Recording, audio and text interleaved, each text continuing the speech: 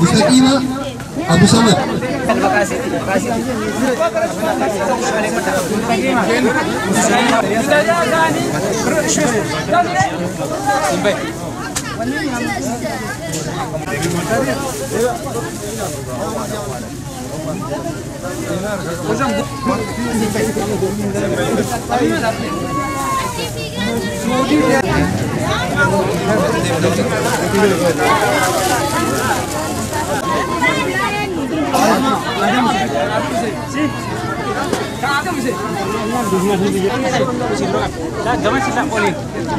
Asal apa?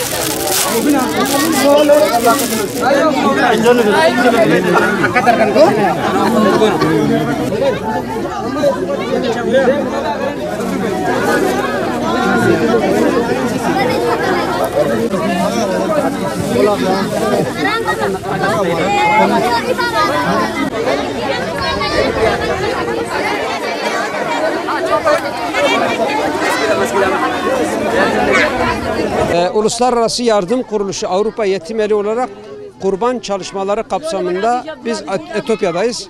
Şu anda Urumiye bölgesindeyiz. Sıcak bir bölge. Yetim çocuklarımıza giyim dağıtımı yapıyoruz. Giyim dağıtımımızda sağ olsun arkadaşlar şöyle yapmışlar. Bütün çocukların numaralarını tespit etmişler. Bütün çocukların yaşını, boyunu ona göre onlara elbise hazırlanmış. Elbiseler poşetlere koyulmuş. Poşetlerin içerisinde her çocuğun ismi var. Çocuklar tek tek çağrılarak elbiseleri veriliyor.